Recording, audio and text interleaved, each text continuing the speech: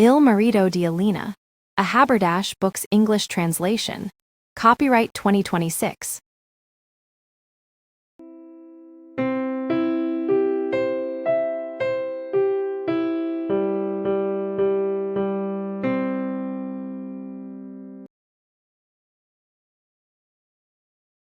A note from the translator.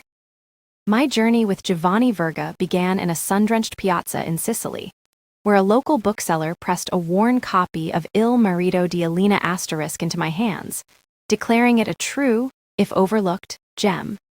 I was immediately captivated by its vivid portrayal of 19th-century Sicilian life. Verga, a master of Italian realism, known as verismo, painted a world of passionate hearts and societal constraints with an unflinching eye. He stands as a towering figure in Italian literature, paving the way for authors who sought to depict life as it truly was, not as romantic ideals wished it to be. For too long, English readers have largely known Verga through his more celebrated works like Cavalleria Rusticana *. But Il Marito di Elena offers something uniquely intimate and profoundly human. It's a compelling narrative that delves into the complexities of love, expectation, and disillusionment within a tightly knit community. This novel is a window into a culture and a period, offering insights into human nature that resonate just as strongly today. In translating this work, my aim was to capture the rhythm and emotional depth of Verga's Italian without smoothing over its distinctive voice. I leaned into the colloquialisms and the natural cadences of the original, allowing the characters' frustrations and joys to shine through with authentic vigor. You'll find moments where the dialogue might feel a touch formal to modern English ears, but this is a deliberate choice to preserve the period feel and the characters' specific social graces, even in distress. It's about letting Verga speak as he would have wished, albeit in another language. I invite you now to step into this world, to listen to the whispers and shouts of Elena's family, and to lose yourself in the rich tapestry of Verga's storytelling. Samuel Chatwin, Haberdash Books, 2026.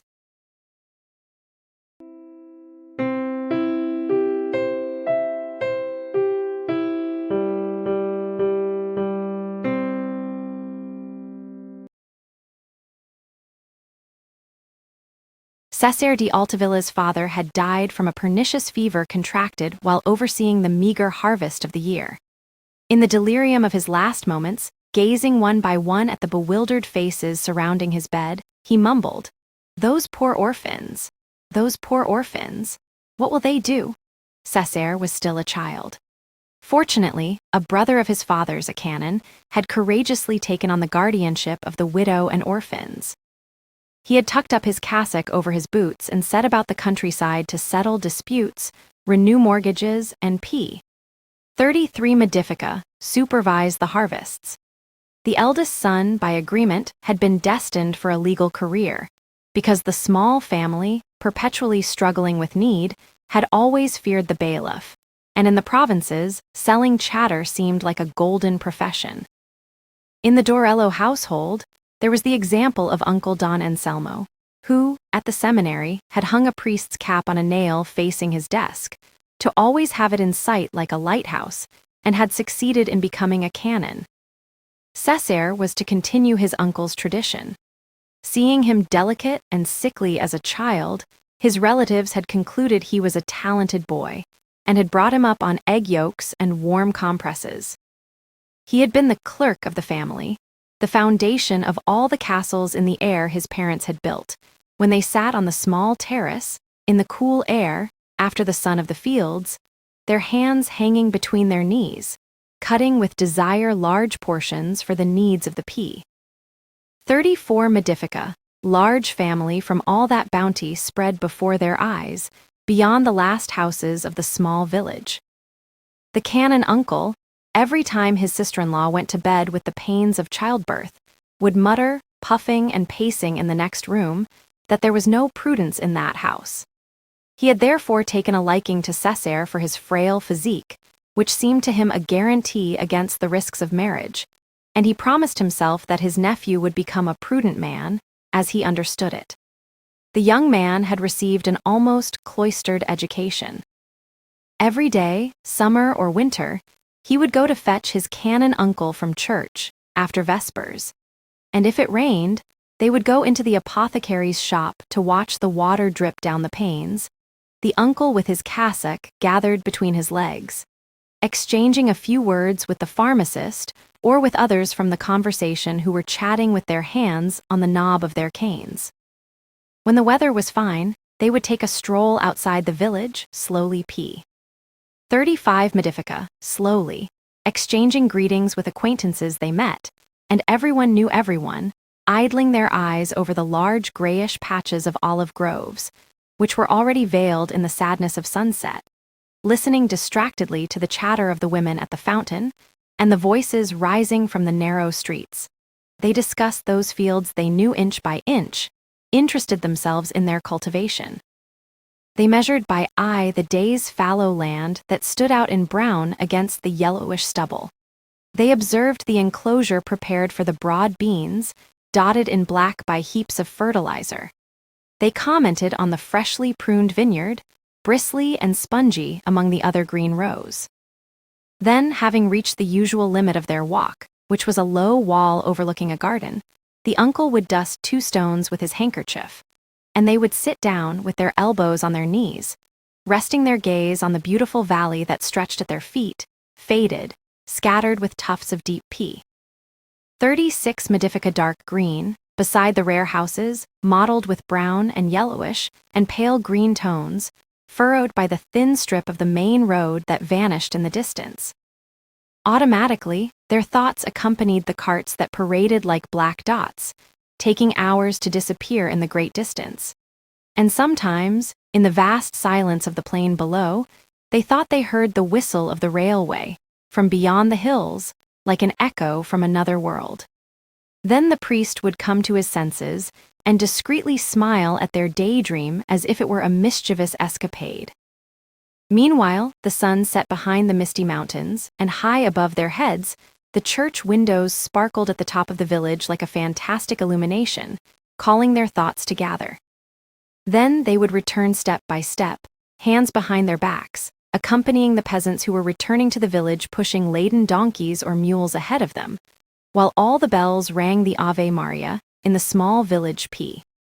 37 Modifica, clustered like a flock of sheep beneath the pallid sky.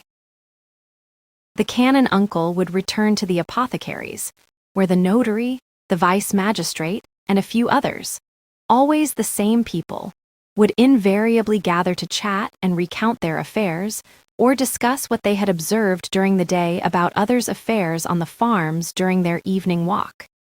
Cesare was allowed to listen too, until 1 o'clock in the night.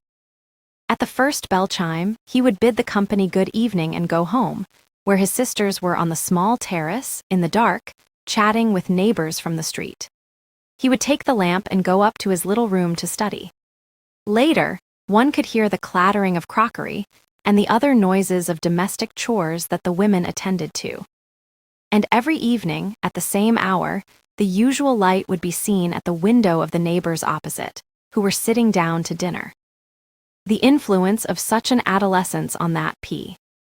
38 Modifica, delicate temperament, had developed a restless sensibility, a delicacy of feelings refined by contemplative habits, and by the same severe ecclesiastical discipline that made them timid, reserved, and meditative. Don Anselmo had spared no sacrifice for his nephew to become a lawyer. The Revolution of '60 had brought discredit upon the priestly profession, and the canon uncle, first and foremost, was a peasant full of common sense, who took things as they were in their time and from their best side. Now, the best of professions seemed to him to be that of a man of law, a kind of priest without a cassock who hears confessions at home, charges dearly for delicate cases of conscience, and walks shoulder to shoulder with the mayor and the magistrate after lunch, doffed by everyone, greeted with the grand title that fills the mouth: lawyer. For such a castle in the air, his mother had seen her son leave for the University of Naples, on foot, behind the cart that P. 39 Modifica carried his bed and his small table with its legs in the air, and his sisters had worn out their eyes sewing his trousseau as if he were going to a wedding.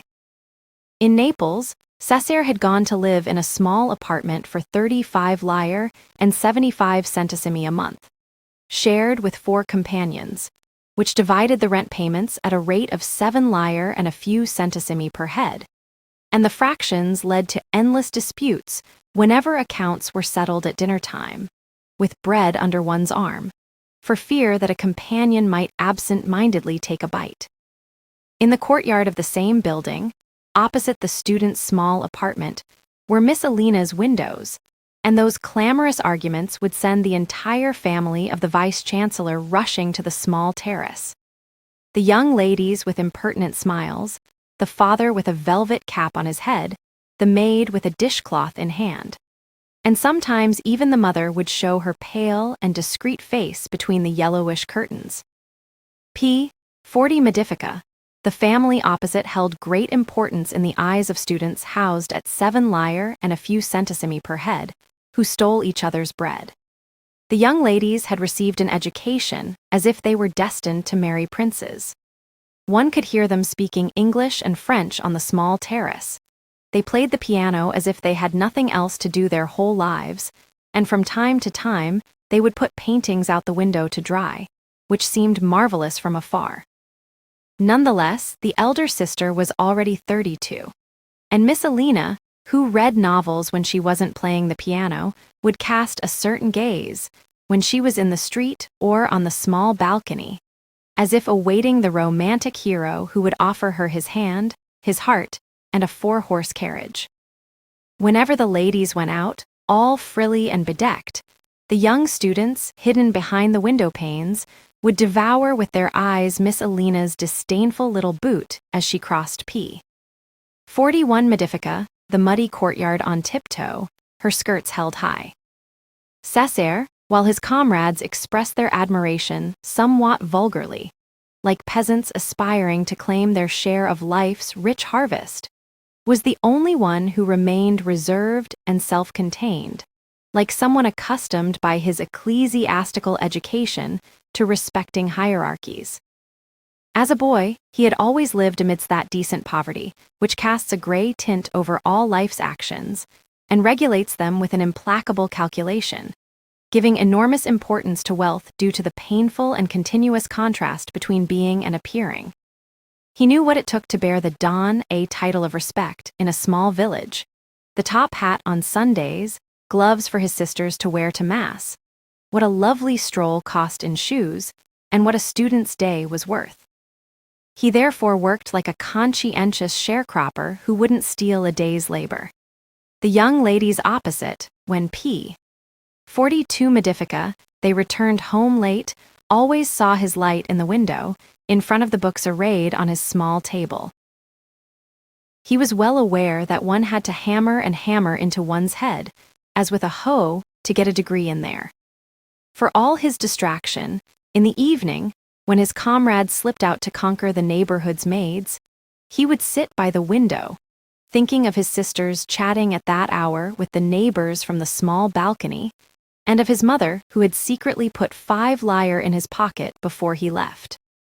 The deserted courtyard was silent and melancholic, enclosed on 3 sides by high, darkish walls, with almost all the windows bricked up since the tax on openings, and remaining blind since 1848 to save on glass, on the crumbling walls, with no other relief than those chipped sills from which the dirty streak of ancient conduits still trickled. On the other side, a high church wall rose, full of holes like a dovecote, P. 43 Modifica, with a large arched window at the top, allowing the pale reflection of lamps and a vague smell of cellar to pass through its sagging, dusty panes. At dusk, a cracked bell rang the Angelus, atop the church's great wall, between the 4 black pillars of the bell tower standing against the pale background of twilight, and seemed to cast in floods into the courtyard of gray shadows a more desolate solitude, a melancholic longing for his native village,